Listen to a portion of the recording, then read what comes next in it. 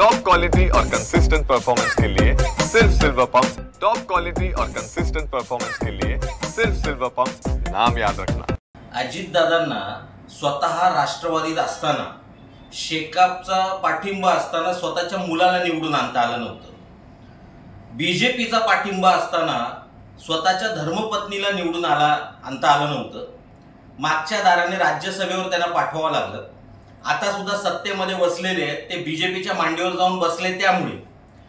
तर अशा अजितदादांनी ज्यांना स्वतः एकटा लढायची ज्यांच्या अंगामध्ये ताकद नाहीये, काकांच्या पाठीत खंजीर खुपसून ज्यांनी स्वतःचा पक्ष उभा केलेला आहे, अशांनी कृपया माननीय राजसाहेबांना सल्ले देऊ नये।